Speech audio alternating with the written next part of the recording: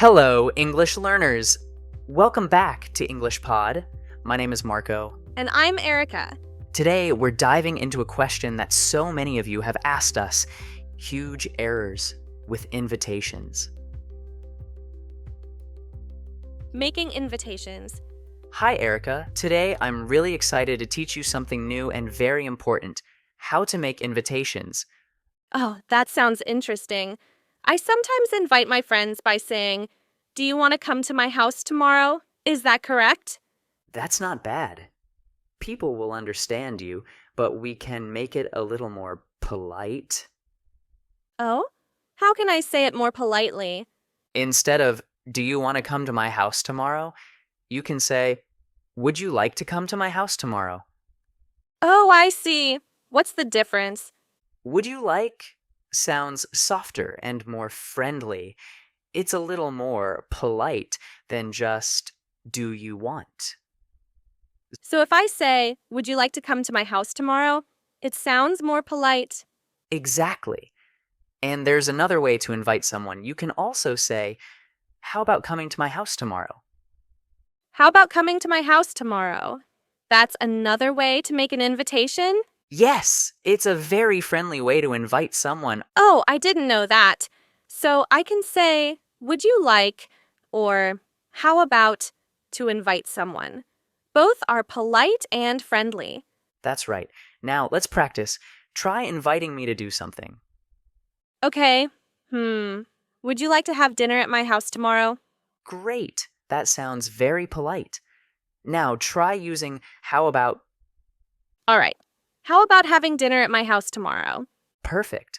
Both sentences sound very natural and friendly. This is fun. I didn't know there were so many ways to make an invitation. Yes. And knowing different ways to invite people will help you sound more natural in English. Accepting and declining invitations politely. Now that we know how to invite someone politely, let's talk about how to respond to invitations. Oh, yes. When someone invites me, I usually say, "Yes, I want to come," or "No, I can't." Is that okay? That's okay. But we can make your answers a little more polite and natural. Oh, how can I do that? Let's start with saying yes instead of, "Yes, I want to come." You can say, "Yes, I'd love to." I'd love to? Why is that better? Saying "I'd love to" sounds more enthusiastic and friendly. It makes the person feel happy that you want to join them. Oh, I see. So instead of, "Yes, I want to come," I should say, "Yes, I'd love to." Exactly. Now let's talk about saying no. Instead of "No, I can't," you can say, "I'm sorry, but I won't be able to make it."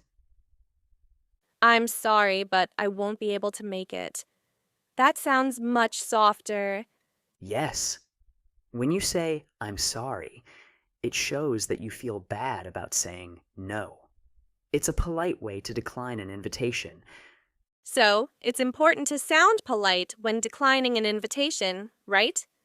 Yes, being polite makes your English sound more natural and friendly. Let's practice now. Try inviting me to do something, and I'll accept. All right. Would you like to go to the movies with me this weekend? Great invitation, and I will accept it politely. I'd love to. That sounds so natural. Now let's practice declining an invitation politely. Try inviting me again, and I will say no in a polite way. Okay. Would you like to go to a concert with me on Saturday? I'm sorry, but I won't be able to make it. That was very polite. Thank you. Now it's your turn. Try accepting an invitation politely. All right. Marco, would you like to have lunch with me tomorrow? I'd love to. That was great. Now try declining politely. I'm sorry, but I won't be able to make it. How was that? That was perfect. You got it, Erica. Wow, I feel so much more confident now. That's great. Now you know how to accept and decline invitations politely. Formal versus informal invitations. Now that you know how to invite someone and respond politely, let's talk about formal and informal invitations. Oh, what do you mean by formal and informal? Good question. Formal means more polite and respectful. We use it when talking to people we don't know well, like teachers, bosses, or new friends. Informal means more casual and relaxed. We use it when talking to close friends, family, or people we are very comfortable with. Oh, so some invitations are better for formal situations and some are better for informal situations. Exactly. Let's look at an example. If you're inviting a close friend, you can say, "Do you want to come over?" This is informal, good for close friends.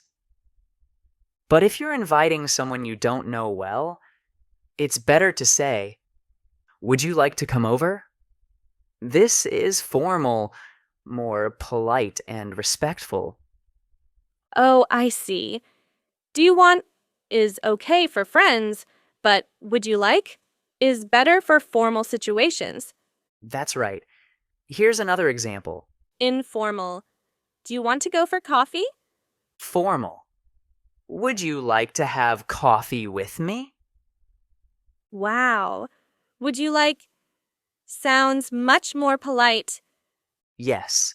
Using would you like makes the invitation sound softer and more friendly, especially when talking to someone new. Practice formal versus informal invitations. Now let's practice. I will give you a situation, and you tell me if you should use a formal or informal invitation. Ready?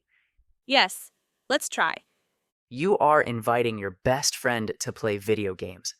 What do you say? I think I can say, do you want to play video games? That's correct, because it's your best friend. You can be more casual and say, "Do you want to?" Great. Give me another one. All right. You just met a new classmate, and you want to invite them to a study group. What do you say? Oh, since I don't know them well, I should be polite. I can say, would you like to join our study group? Perfect. That sounds very polite and respectful. This is fun. I want to try another one. Okay. You are inviting your teacher to an event at school? How do you say it? I should be very polite. I think I should say, would you like to come to our school event? Excellent. Since teachers are in a formal setting, we use would you like? I understand now. So, if I'm talking to friends, I can say, do you want? But if I'm talking to new people, teachers, or informal situations, I should say, would you like?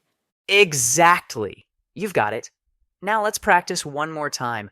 I'll say an invitation, and you tell me if it's formal or informal. Okay, I'm ready. Hey, do you want to grab some lunch? That sounds informal. Correct. Now, how about this one? Would you like to have dinner with my family? That's formal. It sounds polite and respectful. Yes, you're doing great. Yay! I feel much more confident now. That's awesome. Now you know when to use formal and informal invitations. Just remember, use do you want for close friends and casual situations. Use would you like for polite and formal situations. Thank you, Marco. Now I can invite people the right way. You're welcome. Now let's move on to the next part of our lesson. Talking about past habits, used to versus would, detailed version. Now that we've learned how to make invitations, let's mix this with something new. Talking about past habits. Past habits? What do you mean? I mean, things that you did regularly in the past but don't do anymore. For example, when I was a kid, I rode my bike every day after school. I don't do that now, so it was a past habit. Oh, I think I understand. Like, when I was little, I always ate ice cream in the summer. Yes, exactly. We have two common ways to talk about past habits in English. 1. Used to. 2. Would. Oh, I've heard of used to, but I don't really know how to use would for past habits. Don't worry, that's what we're going to practice today. How to use used to? Marco, let's start with used to. We use used to for actions or situations that happened regularly in the past but do not happen anymore. I used to eat a lot of candy when I was younger. She used to live in New York. Oh, so if I want to say I played the piano in the past but don't anymore, I can say, I used to play the piano. Exactly. Now, can you try making a sentence with used to? I used to ride my bike to school every day. That's perfect. You're getting it.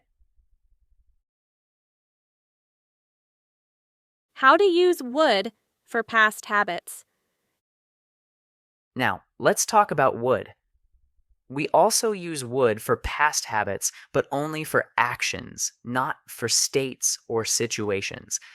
When I was a kid, I would play soccer every weekend. My grandfather would tell me stories before bed.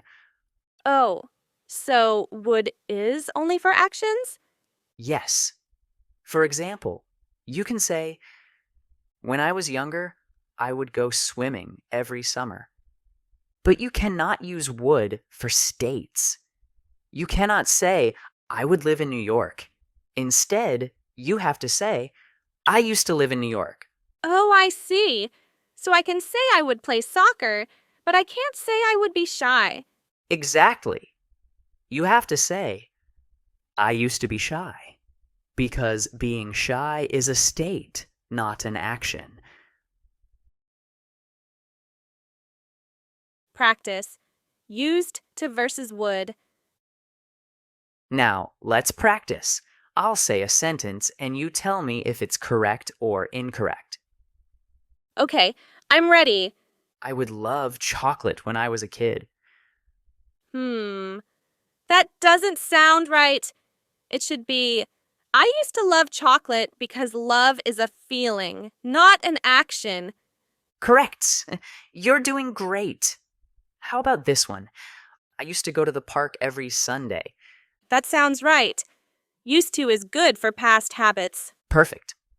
Now, what about this one? I would be scared of the dark when I was little. No. It should be, I used to be scared of the dark because being scared is a state, not an action. Yes, you really understand the difference now. Combining used to and would. Now let's take it to the next level. You can use used to and would in the same sentence. For example, I used to be scared of the dark, but I would always leave a light on before bed. Oh, so I can say, I used to love cartoons, and I would watch them every Saturday morning. That's an amazing sentence. You used both correctly. Yay, this is actually fun. I'm glad you think so. Now, try making one more sentence using both used to and would. I used to have a dog, and I would take him for a walk every day. Wow, that's perfect. You really understand how to use both forms. Yes, now I feel much more confident. That's great. Just remember, used to siat for past actions and states. Would only for past actions. Practicing used to and would. Awesome. Let's start with used to. We use used to for actions or habits that happened regularly in the past but don't happen anymore. For example, I used to eat a lot of candy when I was younger. Oh, so I should have said, I used to eat a lot of candy when I was younger, right? Exactly. Used to is perfect for describing past habits or states. Got it. But when do I use would then? I'm still a little confused. Great question. We use would in a similar way, but only for actions, not for states or situations. You wouldn't say, I would be shy when I was younger. Instead, you'd say, I used to be shy when I was younger. Oh, so I can only use would for actions, but used to for both actions and states? Correct. For example, you could say, I would play soccer every weekend. Or, I used to play soccer every weekend. Both are fine because playing soccer is an action. What if I say, I would live in a small town? Is that correct? Not quite. Living in a small town is a state, not an action. So you should say, I used to live in a small town. Ah, I see. I used to live in a small town, but I wouldn't say, I would live in a small town. Exactly. Now let's practice. Try giving me a sentence using used to. Sure. I used to ride my bike to school every day. Perfect. Now try a sentence with would. Okay, I would ride my bike with my friends after school. Great. That's an excellent example of using would for a repeated action in the past. So, used to can be for anything in the past, and would is just for actions, right? Exactly. Now let's practice one last sentence using both. Let me try. I used to be scared of the dark, but I would always leave a light on before going to bed. Wow, that's perfect. You used both correctly.